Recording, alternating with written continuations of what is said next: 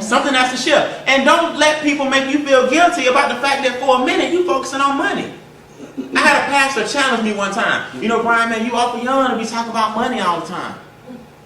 You know, I don't never see you at the church. I don't never see you doing this. I don't never see you doing that. I don't never see you doing this. So you know how I am. I just let him finish. He said, go ahead. I'm just listening.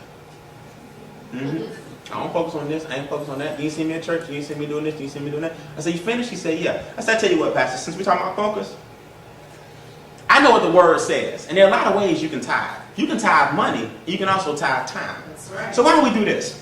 Why don't we let all your parishioners, instead of you passing the collection plate around, why don't we for 3 or 4 months just have everybody donate old clothes and shoes and go out and do some community involvement, and let's not pass the plate. Let's not pass the plate for about a quarter. Oh no, now we can't do that now. Okay, that's what I thought.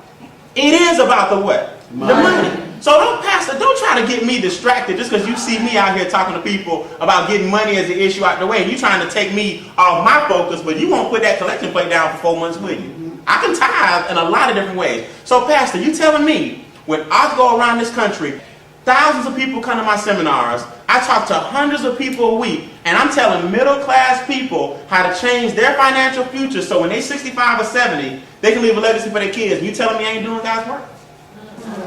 You better tell them, Brian. Just because I don't pass around a bucket and people don't put money in the plate and all that, don't mean I'm not doing God's work. I know I'm doing God's work.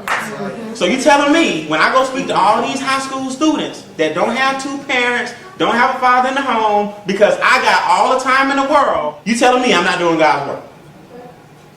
You telling me since I got money as the issue out the way, and I can go help my kid and donate and sponsor to all my child's first grade. You know, they cut out a lot of the programs in these schools have been cut out. You telling me since I can stroke a check and all the kids now can go on a field trip, I ain't doing God's work, and I can go on a field trip with them?